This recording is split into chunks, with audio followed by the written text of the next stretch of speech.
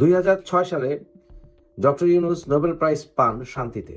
উনি কিন্তু অর্থনীতিতে নোবেল প্রাইজ পাননি, উনি শান্তিতে নোবেল প্রাইজ পেয়েছিলেন। আর এই শান্তি নোবেল প্রাইজটি মূলত রাজনৈতিক হাতিয়ার হিসেবে ব্যবহার করে ওয়েস্টার্ন গভর্নমেন্ট। ওয়েস্টার্ন কোনো পলিসির বিরুদ্ধে গেলে আপনি শান্তিতে নোবেল প্রাইজ পাবেন না।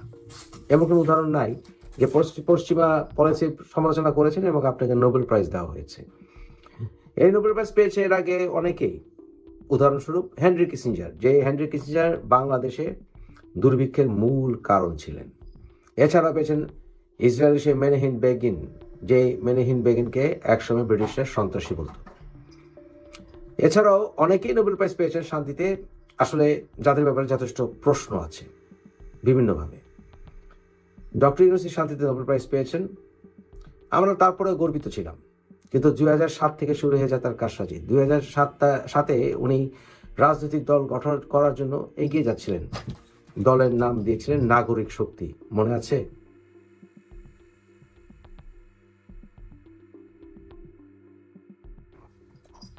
এই নাগরিক শক্তি গঠন করার পরে এরপরে উনি নানান চাপে পড়ে উনি আর দেখলেন যে ওনার পক্ষে রাজনীতি ডাইরেক্টলি করা সম্ভব না, উনি সেখান থেকে সরে আসলেন। কিন্তু ওনাকে এই ক্ষমতায় বসানোর জন্য প্রক্রিয়া শুরু হয়ে যায়। প্রথমে দেখা গেল যে আওয়ামী লীগ বা বিএনপিকে সম্পূর্ণ বাগে আনা যায় কিনা। পশ্চিমা সরকারগুলো দেখলো যে সম্পূর্ণ বাগে আনা যাচ্ছে না, তাদের মনোনীত পুডুল দরকার, এবং সেই পুডুলের দায়িত্ব পালন করছেন ডক্টর মোহাম্মদ ইউনূস। এবং সেটা কখন একেবারে মহির হয়ে পরিণত হলো? ডক্টর ইউনূসের 2022 অগাস্টেই ডক্টর ইউনূসের বিরুদ্ধে শেখ হাসিনা সরকার প্রায় 18টা দুর্নীতির মামলা দায়ের করে, যেগুলোতে তার জেলে যাওয়া প্রায় মাস্ট হয়ে গিয়েছিল। 2023 আত্মপ্রকাশ করে গণতান্ত্রিক ছাত্র শক্তি।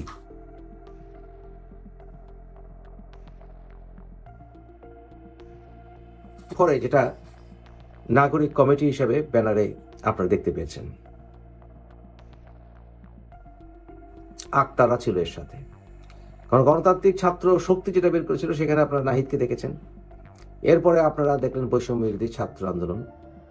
এখন এই ছাত্ররা কিন্তু একেবারে অপরিচিত ছিল না। এই ছাত্ররা মোটামুটি আন্দোলন করতে পারে যোগ্যতা তারা প্রমাণ করেছিল ওই যে ভিপি নুরের সাথে থেকে এর আগে। তাই এই ছাত্রদেরকে পিক করেছে কেউ, তাই না? এখানে কয়েকটা শব্দ মনে রাখবে, সেটা হচ্ছে নাগরিক আর দিক দিয়ে শক্তি। এই দুটো শব্দের ব্যাপক ব্যবহার এই বৈষম্য বিরোধী তথাকথিত ছাত্র আন্দোলনের নেতাদের বিভিন্ন গ্রুপের, এবং বর্তমানে তারা গঠন করেছে নাগরিক পার্টি, নাগরিক শক্তি। এখন সেটা পরিণত হয়েছে নাগরিক পার্টিতে। বুঝেছেন তো না?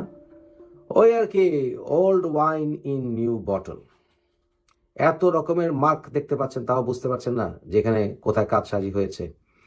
ডক্টর ইউনূসের $666 মিলিয়ন মাফ করা ছাড়াও ডক্টর ইউনূসকে লাইমলাইটে নিয়ে আসা ক্লিন্টন অ্যাডমিনিস্ট্রেশনের মূল দায়িত্ব ছিল। ক্লিন্টন অ্যাডমিনিস্ট্রেশন এই ক্ষেত্রে টাকা ব্যয় করেছে।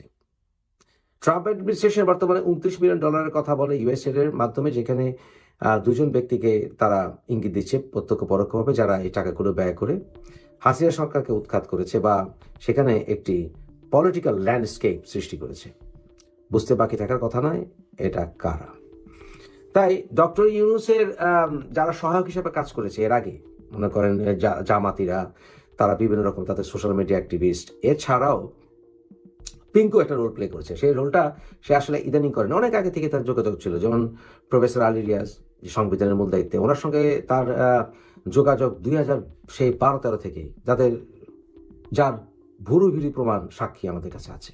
সেই শাহবাগী আন্দোলন থেকেই তার পরিকল্পনা হয়ে আসছিল।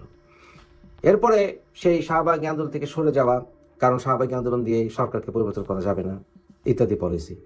এছাড়া আরেকজনের নাম আছে, যেমন ধরেন যাকে পিনাকি তার কৃষ্ণ বলে উল্লেখ করেছে একটি ভিডিওতে, সে অর্জুন এবং সেই কৃষ্ণ, এবং সেই কৃষ্ণ কিন্তু এখন আছে আপনার এই সরকারে।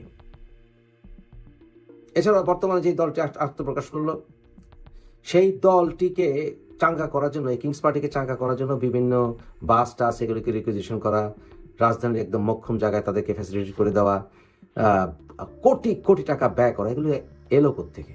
এগুলো আপনাদের ভাবতে হবে যে এত টাকা তাদের এলো কোত্থেকে। এই সব কিছু কি প্রমাণ করে? আসলে ডক্টর ইউনূসেরই এটা দল। এই দলের বন্ধুরা যারা পরবর্তীতে নেতৃত্ব দেবে এই দলকে আরো, তারা এখনো ক্ষমতায় আছে। আসিফ মাহমুদ কি সরকার থেকে বেরিয়ে কি করবে? অন্য কোন বিএনপি করবে? জাতীয় পার্টি করবে? আওয়ামী লীগ করবে? না, নিশ্চয়ই পার্টি করবে। তো তাদের দলের লোক ওখানে বসে আছে। ডক্টর ইউনূসের অত্যন্ত কাছের মানুষ তারা, ডক্টর ইউনূসের উপরে প্রভাব বিস্তার করে, ডক্টর ইউনূসকে তারাই ক্ষমতায় বসিয়েছে। সুতরাং ডক্টর ইউনূস এখন এই দলের আসলে নেতা। এটা এখন একটি দলীয় সরকারে পরিণত হয়েছে।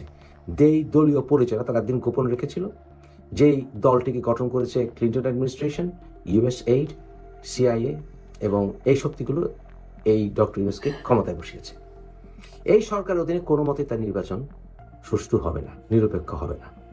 বাংলাদেশে যত অরাজকতা থাকবে তত ইলেকশনকে পেছানো যাবে এবং বলা যাবে এখনো পরিবেশ হয়নি, চেষ্টা তো করছি। তাই যেভাবেই হোক এই সরকারকে ক্ষমতা থেকে সরাতে হবে, অথবা ডক্টর ইউনূসকে টোটালি অকেজো বানিয়ে বসে থাকো, অকেজো বানিয়ে দিতে হবে।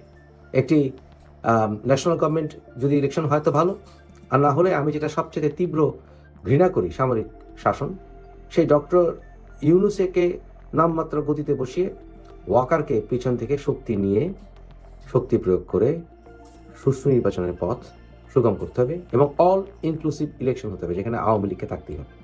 আর একটি ভয়ঙ্কর বিষয় আছে, আনফর্চুনেটলি শেখ হাসিনা এবং খালেদা জিয়ার একটি বড় ব্যর্থতা হচ্ছে তারা নেতৃত্ব তৈরি করতে পারেনি। দেখেন, আমাদের প্রজন্ম যারা, অর্থাৎ 90-এর যারা আন্দোলন আমরা করেছি, আমাদের প্রজন্ম কিন্তু নেতৃত্বে আসতে পারেনি এবং আমাদেরকে নেতৃত্বে আসতে দেয়নি আওয়ামী লীগের টপ লিডারশিপ, বিএনপির টপ লিডারশিপ। দেখবেন আমাদের প্রজন্মে যারা 90-এর অভ্যুত্থান ঘটেছিল তারা কেউ মন্ত্রী মিশন হতে পারেনি। আমাদের বন্ধুরা অনেকেই দেখবেন পারেনি।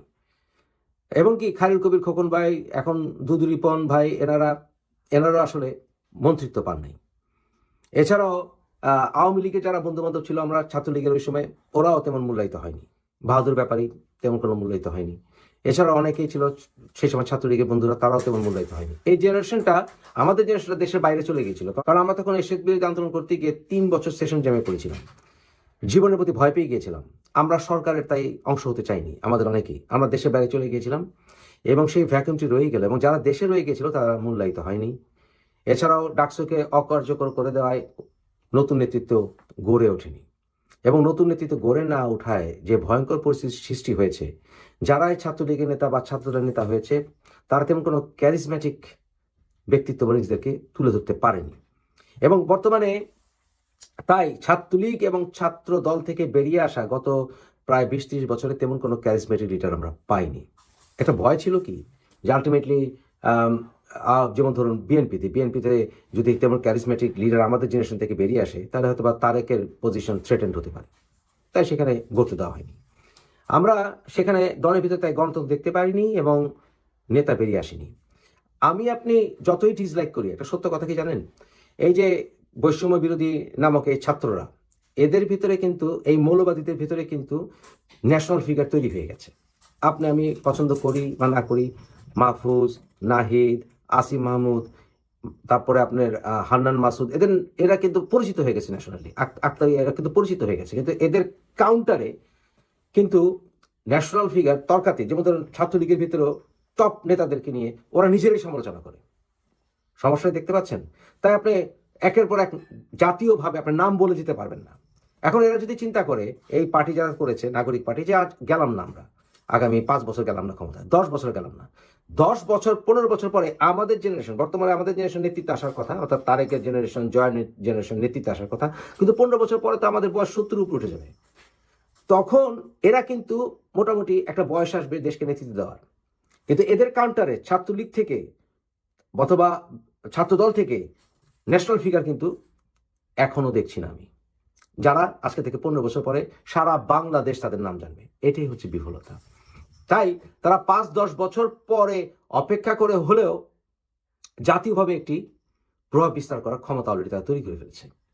তাই এখন যখন তারা ছাত্রলীগকে নিষিদ্ধ করেছে, ছাত্র দলকে বুঝতে হবে যে ছাত্রলীগ যদি নিষিদ্ধ থাকে তাহলে দেশের জন্য ভয়ঙ্কর। তা ছাত্রলীগকে নিষিদ্ধাজ্ঞা উঠিয়ে দিতে বিএনপিকে সাহায্য করতে হবে, আওয়ামী লীগকে, ছাত্রদলকে সাহায্য করতে হবে ছাত্রলীগকে, এবং তাদেরকে ক্যাম্পাসে থাকতে হবে। অন্যথায় এরাই, এই মৌলবাদী শক্তি, দেশের ভবিষ্যৎ সরকার পরিচালনা করবে। ভয়ঙ্কর দিকটা বুঝতে পারছেন কিভাবে ম্যাটিকুলাস ডিজাইন কাজ করে চলেছে?